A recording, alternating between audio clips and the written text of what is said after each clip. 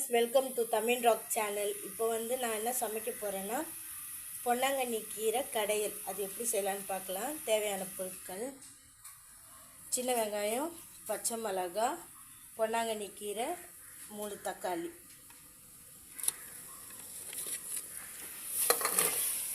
இது வாஷ் பண்ணி எல்லாம் வச்சாச்சு. தேவையான அளவு சீரகம், மஞ்சள், இது தண்ணி ஊற்றி நம்ம வேக வச்சிடலாம்.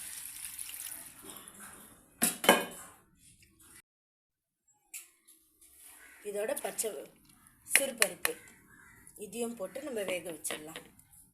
இப்போ நெக்ஸ்ட்டு நம்ம தாளிக்க போகிறோம். அது நல்லா வெந்து கடைஞ்சி வச்சாச்சு.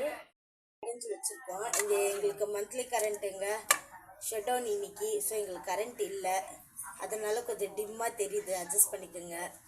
நல்லா சூடாயிடுச்சு. இப்போ நம்ம கடுகு போட்டுடலாம்.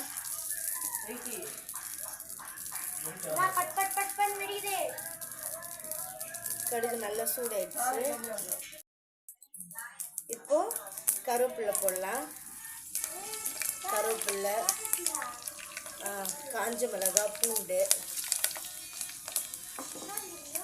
நல்லா வதக்கிக்கலாம்.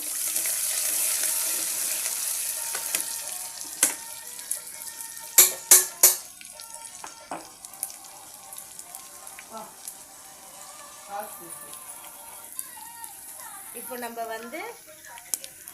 வேக வச்சு கடைஞ்சதை நம்ம போட போகிறோம்.